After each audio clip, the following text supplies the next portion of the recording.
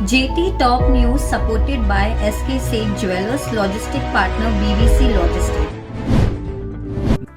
Jetty top news के इस bulletin में आज देखिए, देश भर के हॉलमार्किंग सेंटर की हड़ताल जारी। मुंबई के झवेरी बाजार में हॉलमार्किंग कराने वाले ज्वेलरों की बढ़ी मुश्किलें। हॉलमार्किंग एक्शन कमेटी की सरकार से मांग, बड़े ज्वेलरों को ना दिया जाए हॉलमार्किंग सेंटर खोलने की अनुमति। पीएनजी ज्वेलर्स ने बाजार में पेश किया प्योर प्राइस ऑफर। 7 अक्टूबर तक ग्राहक उठा सकते हैं ऑफर का लाभ। अंतर्राष्ट्रीय बाजार में सोने की चमक पड़ी फीकी। $1748 प्रति औंस के आसपास रहा सोना। और मुंबई शेयर बाजार ने फिर बनाया नया रिकॉर्ड। 60,077 अंकों पर बंद हुआ शेयर बाजार। आप देख रहे हैं जेटी टॉप न्यूज। पेश है ज्वेलरी इंडस्ट्री की अपडेट खबरें।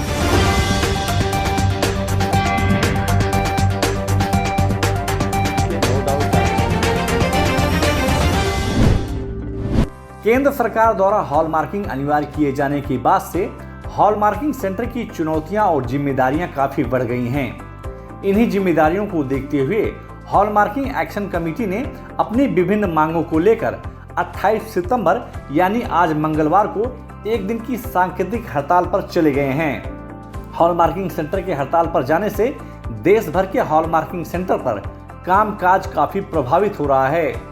हॉलमार्किंग एक्शन कमेटी के सदस्यों ने केंद्र सरकार के सामने अपनी सभी मांगों को विस्तार से रखा, लेकिन केंद्र सरकार के उदासीन रवैये से नाराज होकर हॉलमार्किंग एक्शन कमेटी ने आखिरकार एक दिन की हड़ताल कर दी। हालांकि हॉलमार्किंग एक्शन कमेटी की ये एक सांकेतिक हड़ताल है और अगर सरकार उनकी मांगों पर विचार नहीं करती तो आगे उग्र आंदोलन किया जाएगा। देश में हॉलमार्किंग सेंटर की कमी के चलते केंद्र सरकार ने देश के बड़े ज्वेलरों को खुद की हॉलमार्किंग सेंटर की परमिशन देने की घोषणा की है, जिसका हॉलमार्किंग एक्शन कमेटी ने शुरू से ही विरोध करना शुरू कर दिया है। हॉलमार्किंग एक्शन कमेटी ने केंद्र सरकार के सामने अपने हॉलमार्किंग शुल्क को लेकर भी सवाल खड़े किए हैं।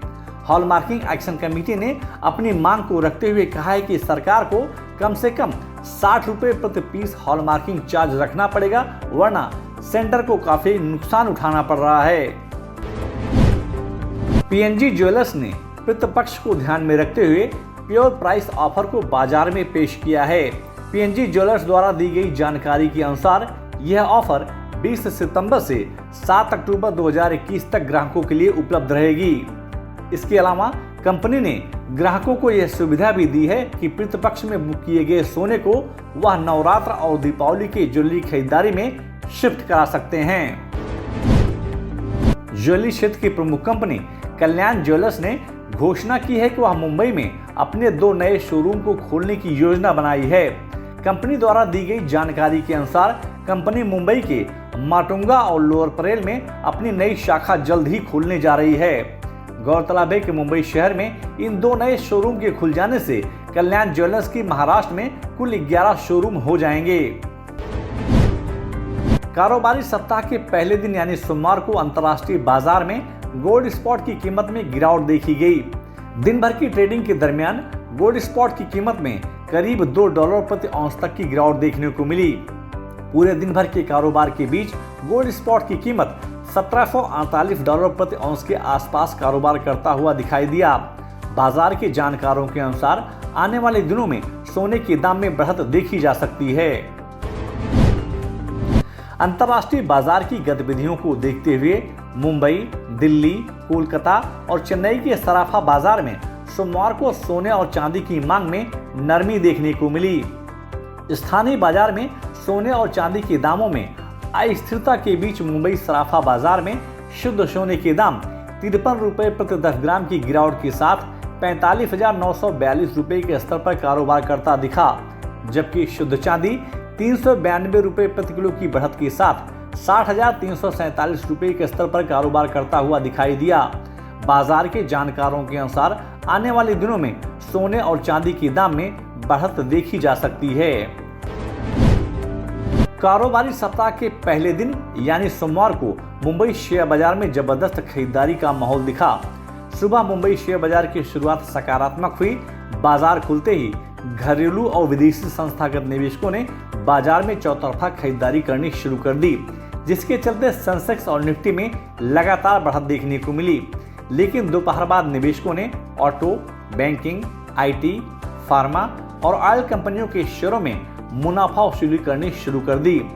हालांकि मुनाफा वसूली के बावजूद मुंबई शेयर बाजार 29 अंकों की बढ़त के साथ 60,077 अंकों के ऐतिहासिक स्तर पर बंद हुआ। वहीं निफ्टी दिन भर के कारोबार के बीच करीब 2 अंकों की मामूली बढ़त के साथ 17,855 अंकों के ऐतिहासिक स्तर पर बंद हुआ। बाजार के जानकारों के अनुसार इस सप्ताह मुंबई शेयर बाजार में बिकवाली का दबाव देखा जा सकता है। जेटी टॉप न्यूज के इस एपिसोड में बस इतना ही।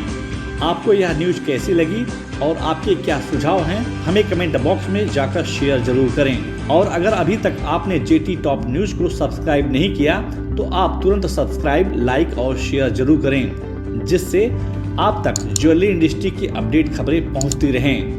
JT Top News supported by SK Seth Jewelers Logistic Partner BBC Logistics.